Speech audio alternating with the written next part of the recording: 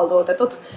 Myös minä kannatan tuota valtuutettu Immosen tekemää aloitetta, ja kuten meitä äsken Immonen hyvin muistutti, niin Oulun kaupunki on päättänyt käyttää tätä saamansa 3,4 miljoonaa ja palkata 19 uutta opettajaa. Ja on aika helppo laskea, kun tietää opettajien palkkatason, että tuolla summalla saisi todella monta opettajaa enemmän. 19 opettajaa on siis tähän nähden aivan mitätön lisäys.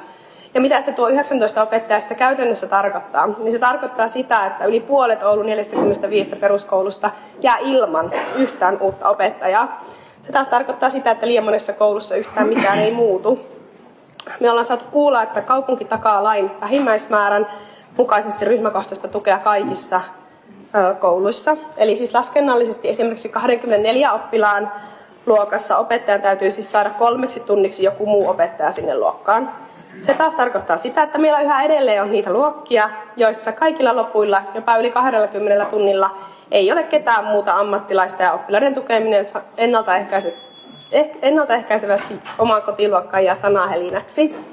Arvoisat valtuutetut, meillä on 1000 tahlan paikka vaatia tuota 1,4 miljoonan lisäystä sivistystoimen budjettiin, jolla varmistetaan siis se, että valtiolta saatu rahoitus oppimisen tukeen käytetään täysimääräisesti siten, kuten se on tarkoitettu. Siksi minä myös toivon, että me kaikki valtuutetut olemme tämän puolella äänestäessämme koulutuksen, oppilaiden ja opettajien puolesta. Kiitos.